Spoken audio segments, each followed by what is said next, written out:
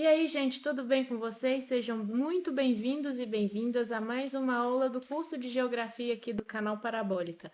E hoje a gente vai falar de um assunto muito importante, que são as projeções cartográficas, que quase todos os Enems e vestibulares esse assunto cai aí, é um assunto muito importante. E agora a gente vai ver direitinho como que são essas projeções, cada tipo, né, as propriedades de cada uma. E eu espero que vocês entendam e que esse assunto possa ajudar a vocês a ficar cada vez mais próximo aí da sua vaga na universidade. Qualquer dúvida, deixe aí nos comentários que eu sempre respondo. Qualquer sugestão, a gente está sempre aberto aqui a ouvir vocês. Espero que vocês possam aproveitar bastante essa aula. Vamos começar? Bom, então, para a gente começar, a gente vai entender o que é uma projeção cartográfica, né? Cartográfica é o resultado de vários processos de cálculos matemáticos feitos para a gente projetar no plano os fenômenos que estão dispostos ali na superfície terrestre, levando em consideração os paralelos e os meridianos, né? E devido ao fato da Terra ser uma esfera, né, achatada nos polos, a gente vai ver assim que não é uma esfera 100% redondinha, né? A gente vai entender isso ali no próximo slide. Os cartógrafos eles vão se utilizar de uma elipse, né, para a gente poder fazer essa planificação, fazer os mapas, porque é uma esfera, né? A gente tem aqui que é uma esfera achatadinha, ó, nos polos. Então, isso daqui se configura muito mais com uma elipse do que, né, com um círculo, já que a gente vai passar para um plano. Então, ao a gente planificar o que a gente chama de um elipsoide, né, que seria um sólido que tem aí a forma, né, de uma elipse vista do infinito, né, no plano, a gente tem uma elipse. Então, a gente vai dar uma entendida aí no que são os sólidos de revolução, né, lá da geometria, da matemática. Né? Eu coloquei aqui ó, um gifzinho para a gente entender melhor. Ó. Os sólidos de revolução são aqueles formados a partir de uma revolução, ou seja, um giro em torno de um eixo central de uma figura plana. Né? Os cones, os cilindros, as esferas são exemplos de sólidos de revolução. Né? E o elipsoide de revolução, eu não vou desenhar aqui porque a gente vai entrar numa parte de geometria um pouco mais avançada, que não é o caso para o vestibular, né? Ela é uma superfície teórica regular criada para fins cartográficos que evidencia o achatamento nos polos terrestres.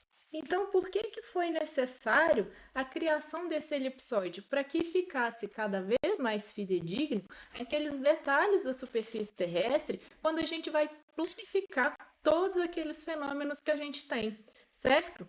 E ó, aqui nesse próximo slide eu ainda vou entrar no conceito do que é um geoide, né? Porque a Terra em si, ela nem é um elipsoide, ela é um geoide, mas a gente vai entender que seria muito complexo fazer essa transposição de detalhes de um geoide para uma superfície plana. Então, a gente tem o elipsoide, que é o que mais se aproxima de um geoide, né? Ó, o geoide, por meio da tecnologia... Opa, saiu um P aqui que não era para dar saído. É o modelo mais próximo e exato do formato da Terra. Né? Segundo Gauss, o matemático, é a figura matemática da Terra, que a gente pode ver como se fosse a geometria da Terra, certo? Sendo achatada nos polos e abaulada no Equador, né? Não é redondo e nem elipsoidal, porque a Terra é formada por inúmeros elementos químicos que as forças gravitacionais vai agir sobre eles de formas diferentes. Então, essa superfície, cada ponto dela se comporta de uma maneira diferente. Por isso que a gente tem as deformações.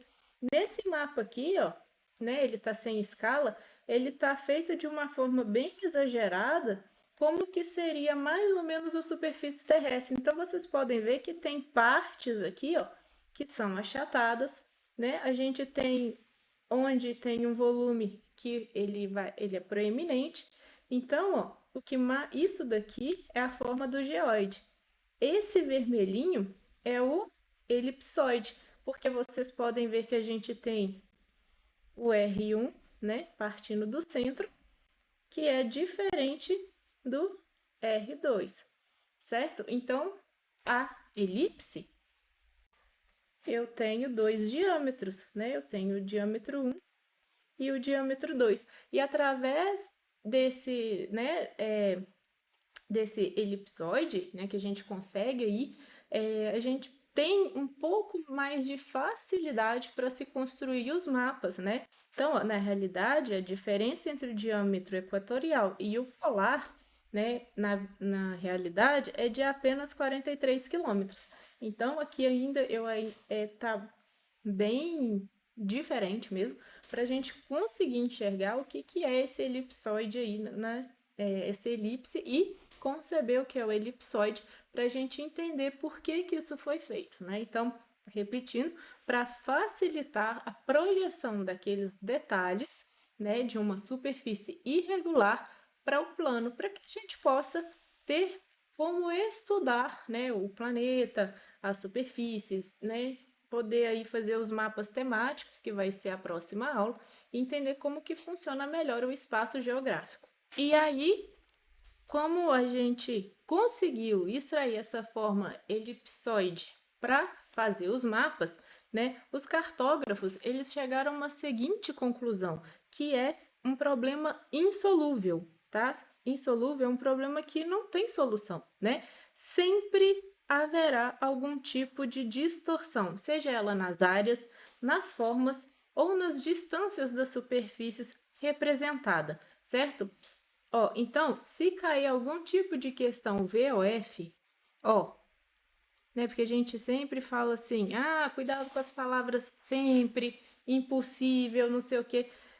Então, ó, quando fala de distorção, né, tirando as escalas grandes que a gente vai ver e entender, sempre vai ter um tipo de distorção, seja ela nas áreas, na forma ou na distância das superfícies, tá bom? Entretanto, quando se trata de escalas grandes, né, como plantas, por exemplo, que a gente não precisa de levar em consideração a curvatura terrestre, aí a gente não tem tanta distorção, né? Não tem distorção com relação à escala. Vamos supor, quando eu faço uma planta baixa de uma casa ou de um bairro, né, a escala que está no papel, ela vai bater direitinho, né, com a representação, né, dali daquele local. Por quê? Porque é um espaço relativamente pequeno em que a curvatura terrestre não interfere naquela representação.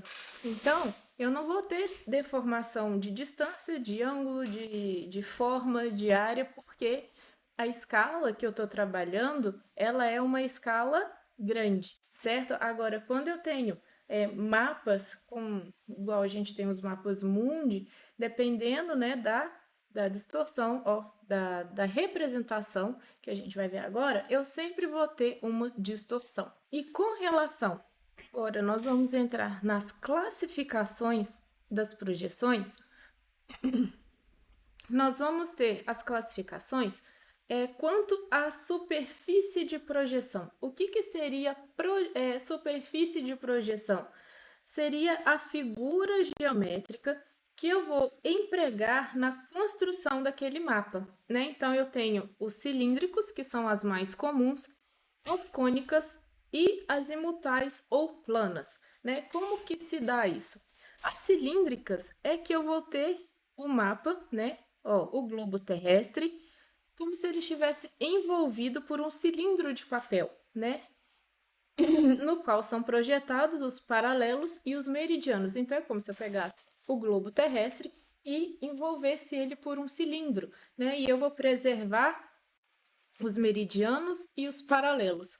Nas projeções cônicas, é como se eu pegasse um cone de papel, igual está aqui na figura, né? E aí eu vou envolver o globo terrestre e eu vou projetar também os paralelos e os meridianos.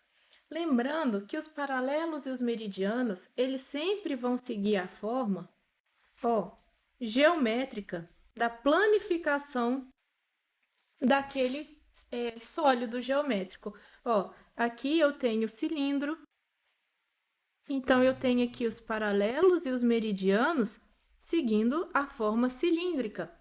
Aqui o cone, então eu tenho os paralelos e os meridianos seguindo a forma cilíndrica, né? Quando eu planifico um cilindro, ó, eu consigo ver os paralelos e os meridianos aqui. E na projeção azimutal ou plana, por que ela é chamada de plana? Porque eu vou pegar um plano e vou tangenciar o ponto do globo, né? O que é tangente? Lembra lá da matemática? Vamos supor, eu tenho aqui uma curva, né? E aqui um ponto com uma reta. Essa reta está tangenciando essa curva nesse ponto. Então, esse plano é um plano tangencial ao globo terrestre. Então, o meu ponto central vai ser o ponto em que eu tangencio o plano ao globo terrestre. E aí eu vou projetar, né, visto daqui de cima, como se eu estivesse vendo do infinito, ó, isso aqui é um olhinho, né? Os meridianos e os paralelos, ó.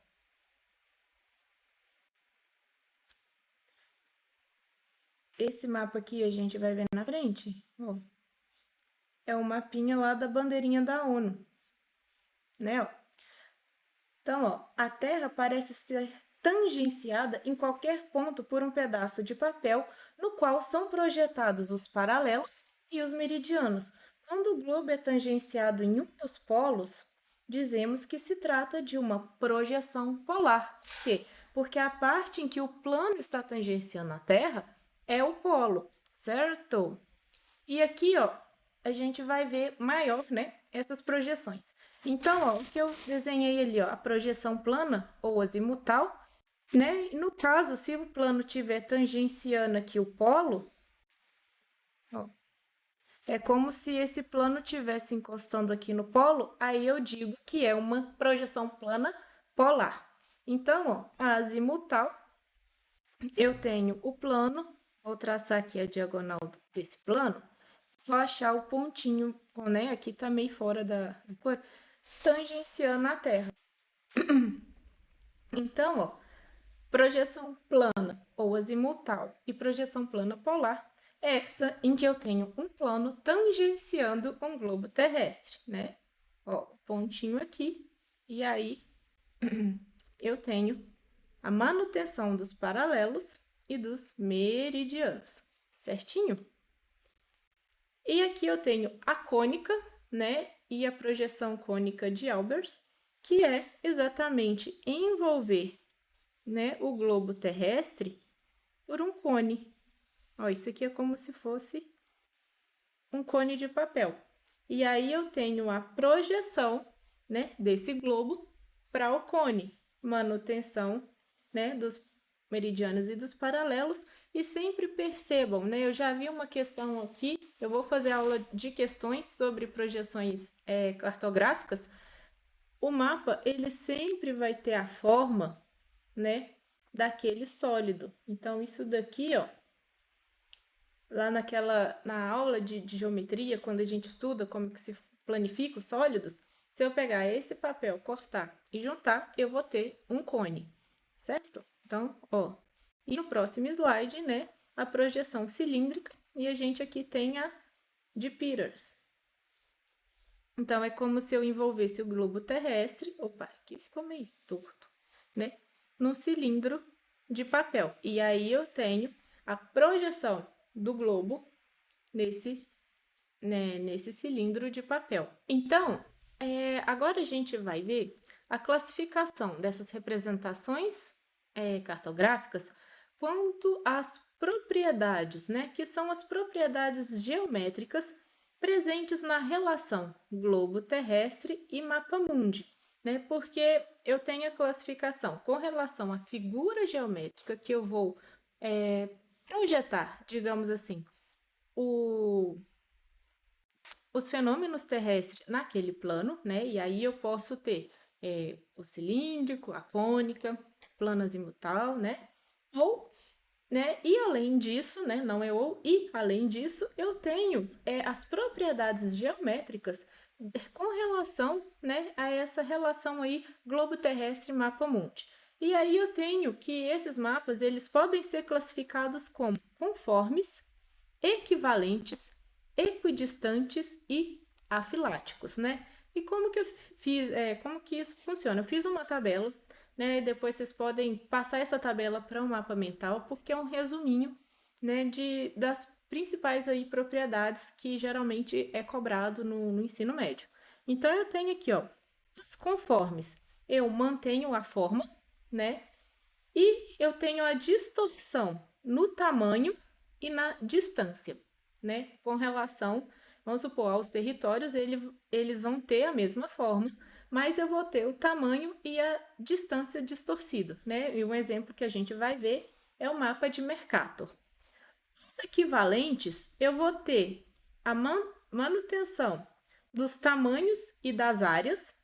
No entanto, eu vou distorcer a forma e a distância, certo? E aí a gente vai ver o mapa de Peters.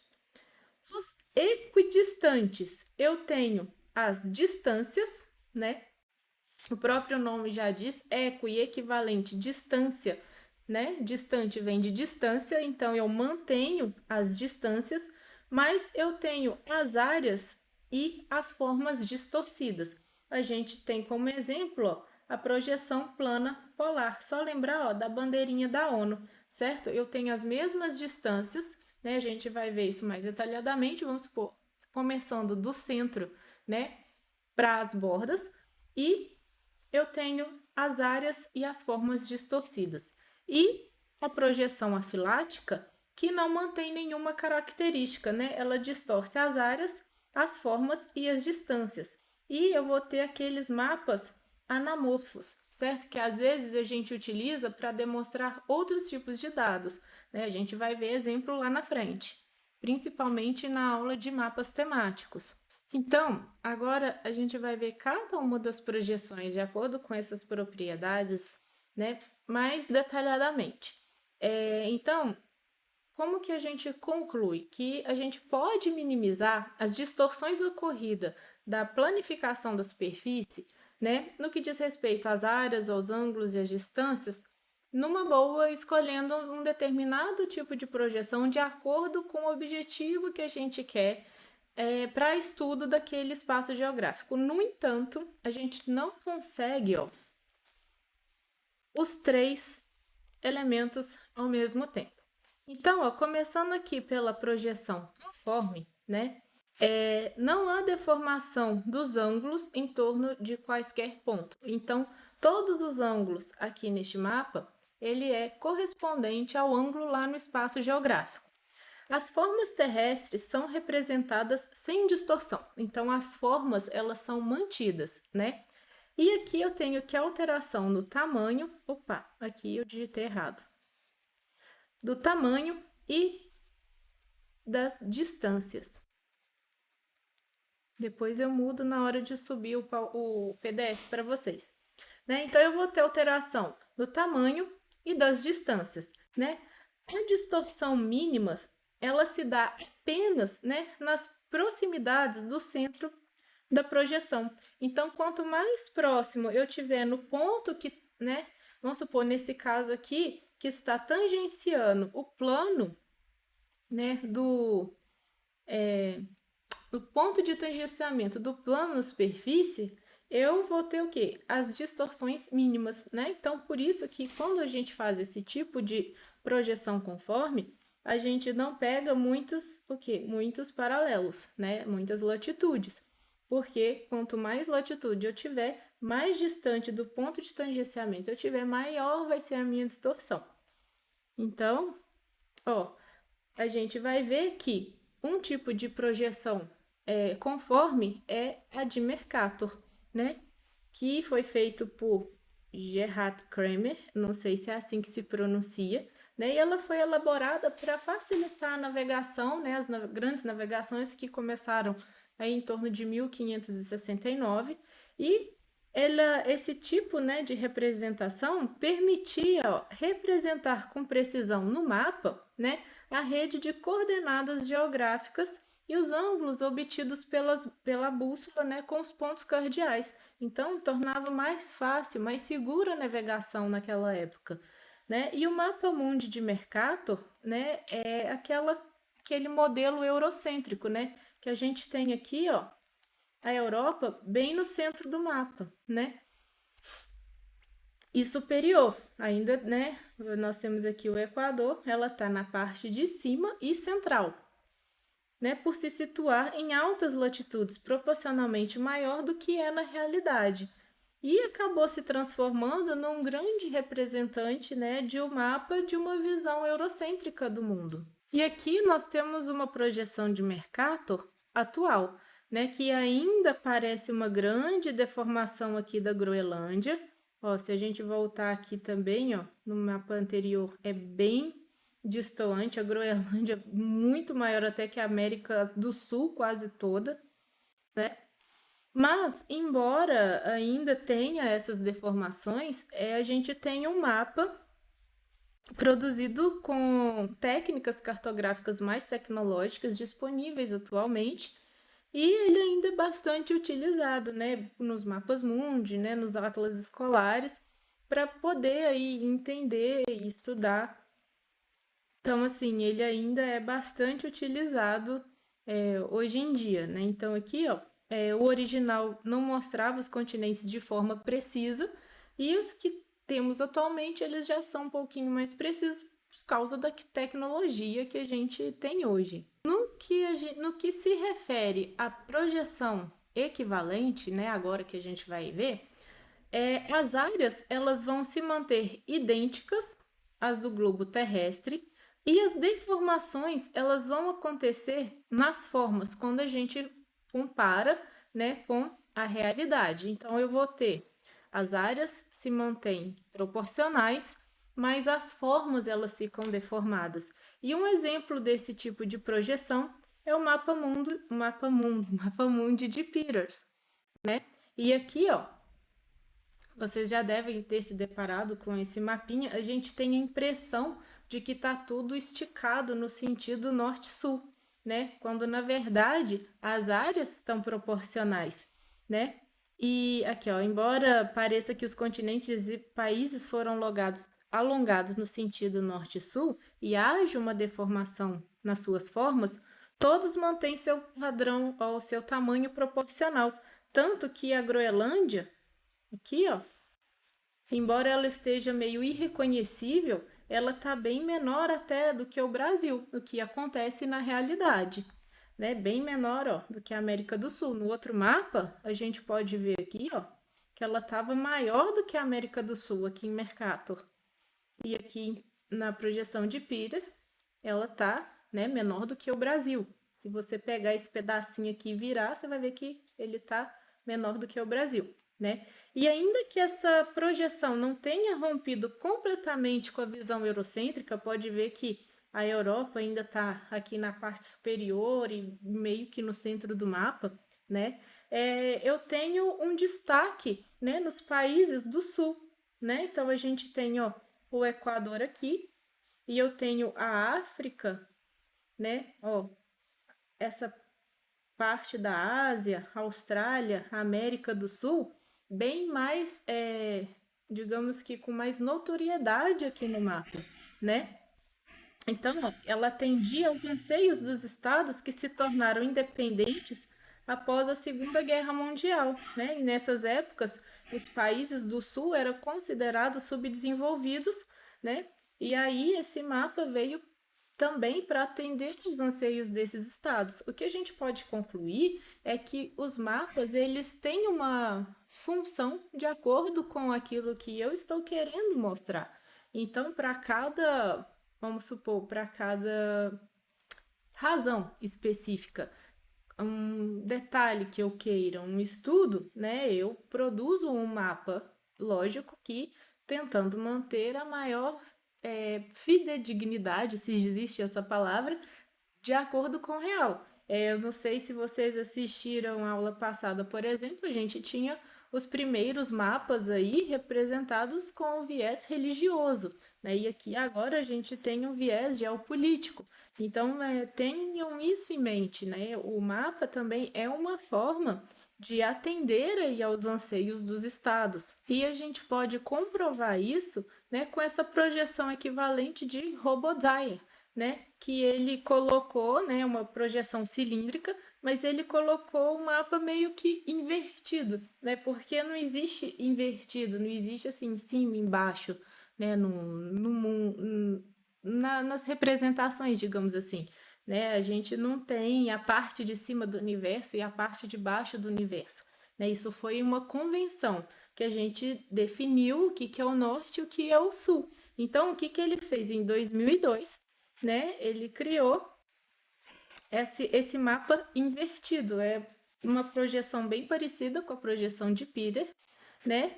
E que ele representou o mundo de forma invertida. Por que ele fez isso?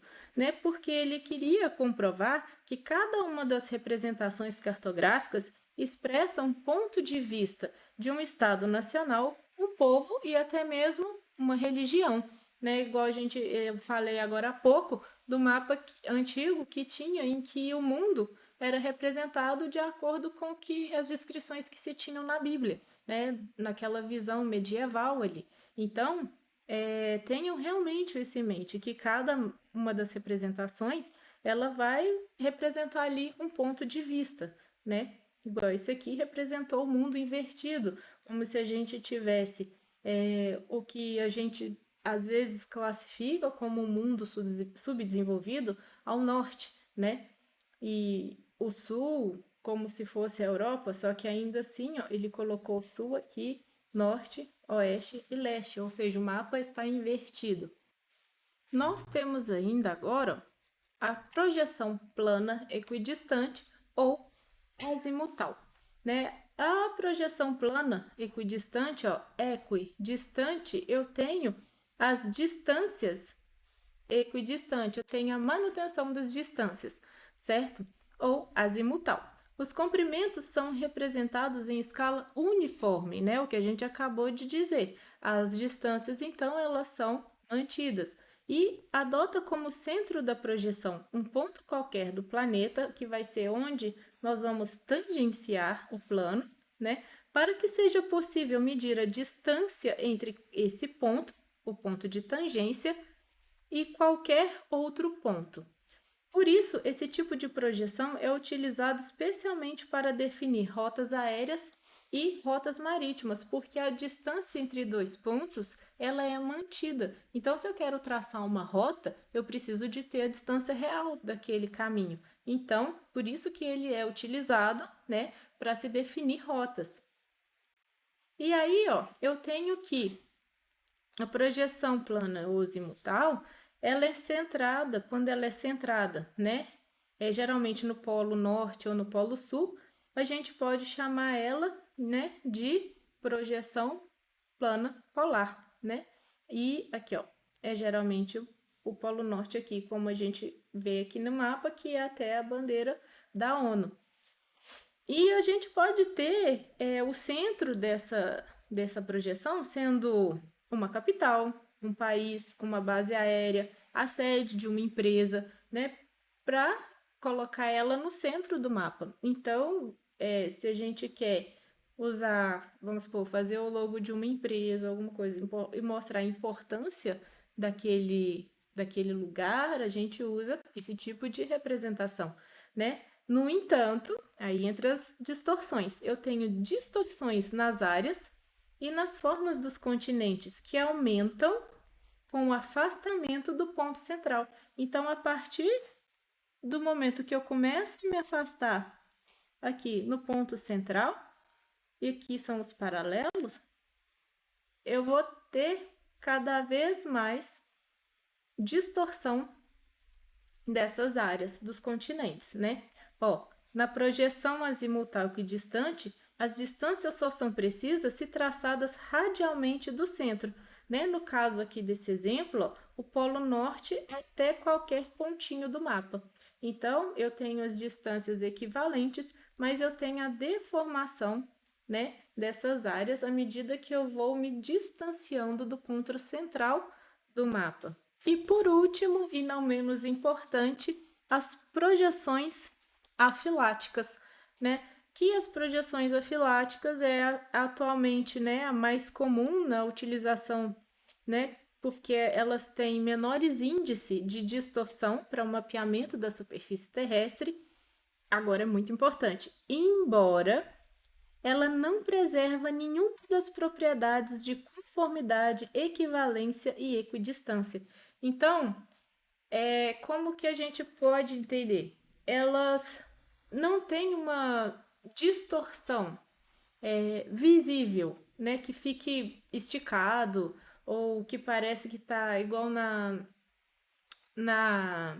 Ai, gente, na azimutal, que vai tendo aquela distorção nas bordas do mapa, né? É um mapa que parece que para a gente está mais próximo do real, mas, no entanto, essas propriedades de conformidade, distância e equivalência, elas são todas perdidas, né? E para exemplificar, eu trouxe esse desenho que eu achei bem interessante, ó, onde eu tenho essas bolinhas aqui marcando, né, que eu tenho todas as áreas é, completamente diferente no que tange, ó, as conformidades, equivalências e equidistâncias, né? Eu tenho aqui distâncias diferentes, tamanhos diferentes, né? Então, ó, as projeções afiláticas, elas não respeitam nenhuma das variáveis apresentadas, né? Elas não preservam as formas, nem as áreas e nem as distâncias. E aqui, ó, a gente vai ver a projeção de Robinson, né, que é muito utilizada hoje nos mapas mundi, né, que segundo o IBGE é uma projeção afilática, né, que ela não é conforme, nem equivalente e nem equidistante, né, e pseudocilíndrica, porque ela não é completamente cilíndrica, né? Ela não possui, aqui ó, não possui nenhuma superfície de projeção, porém apresenta características semelhantes de projeção cilíndrica, né? Então, por mais que os nossos olhos parece proporcional o desenho, não tem nada equivalente ali de distância, de ângulo, né? É só um desenho que parece estar mais parecido com o que a gente vê num globo terrestre, né? Mas na verdade, a gente não tem nenhuma manutenção de equivalência, equidistância e conformidade, né? Bom, gente, é isso, né? É uma aula que é mais prática de exercício para a gente olhar e saber identificar.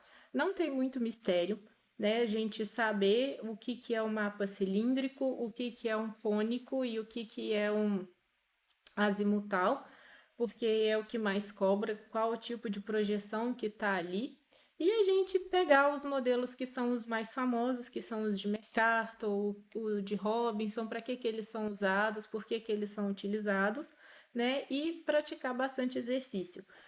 A próxima aula eu vou fazer uma aula de exercício de escalas, né? Porque escala é um negócio que tem que praticar bastante, fazer aquelas contas e ver quando que a gente utiliza regra de três, quando é mais fácil usar a fórmula, ou cada pessoa escolhe o que é melhor, e depois fazer uma aula sobre projeção.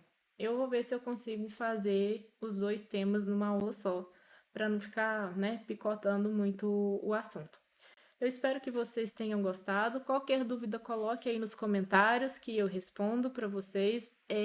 A nossa intenção aqui é sempre estar ajudando vocês a se desenvolverem, a conseguir aí ficar cada vez mais próximo do objetivo, do sonho e a gente tá junto nessa. Um grande beijo, estudem também, descansem nos finais de semana um pouquinho a cabeça, relaxe, se programa, organiza a próxima semana de estudo, isso é muito importante.